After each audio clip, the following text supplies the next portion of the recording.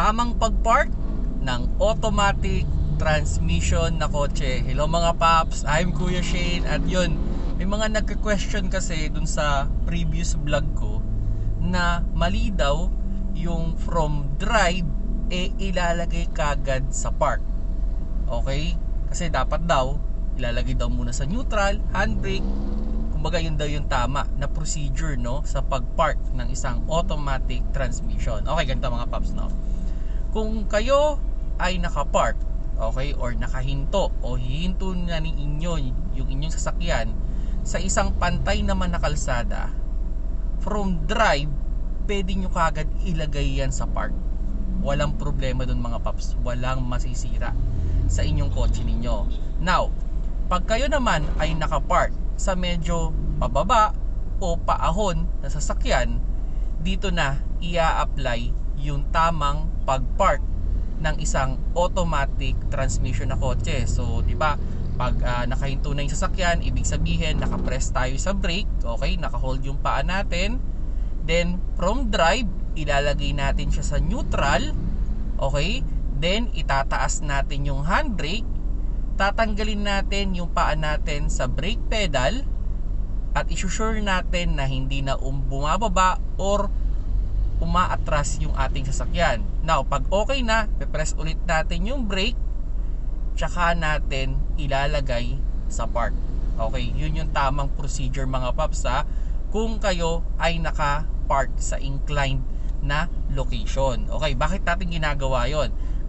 Actually, kaya lang natin ginagawa yon para maiwasan na ma-stress o maputol o mabali yung tinatawag natin na parking fall. Yung parking fall, para yung parang hook yun, no?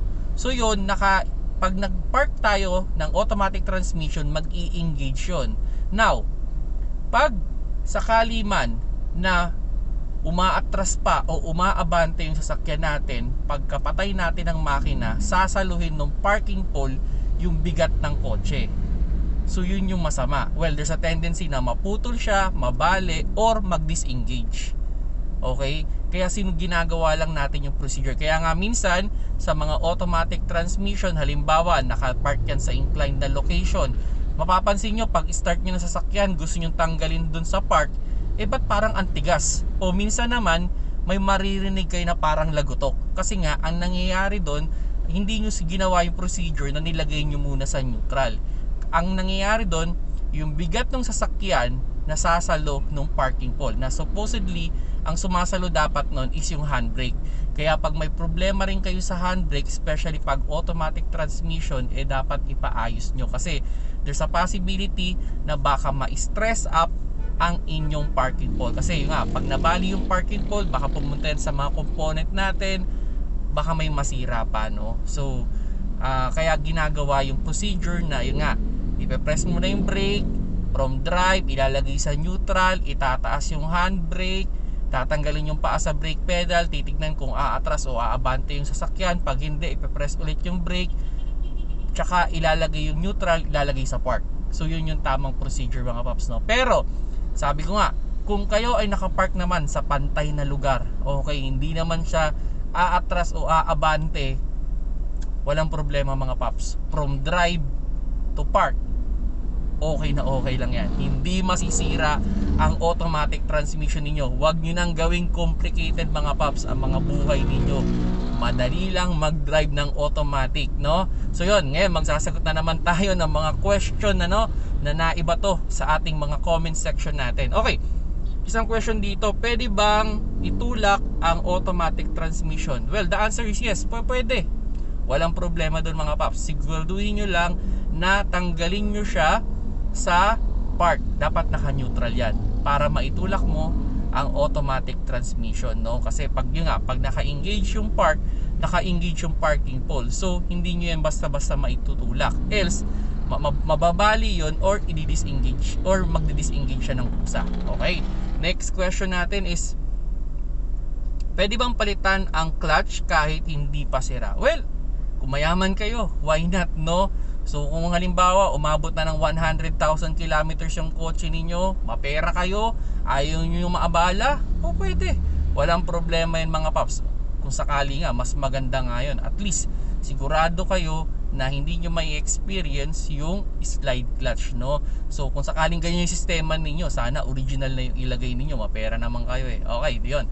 Next question is ano ang marirecommend na oil sa manual transmission? Well, dito naman gear oil lang, sabihin mo lang yan sa mga shop, bibigyan ka yan.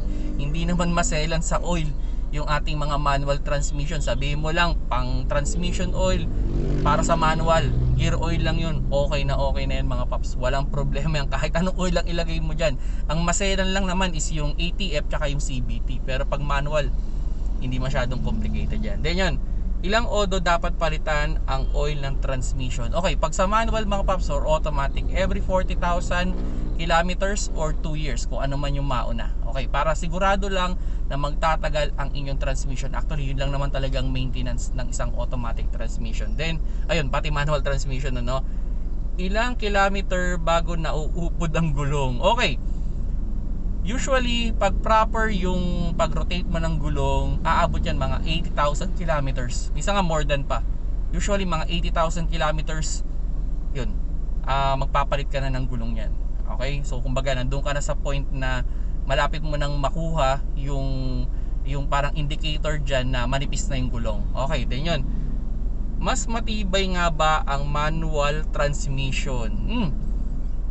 Kung gagamitin mo ng tama, I would say parehas lang naman din sila, no? Pero matibay talaga ang manual transmission.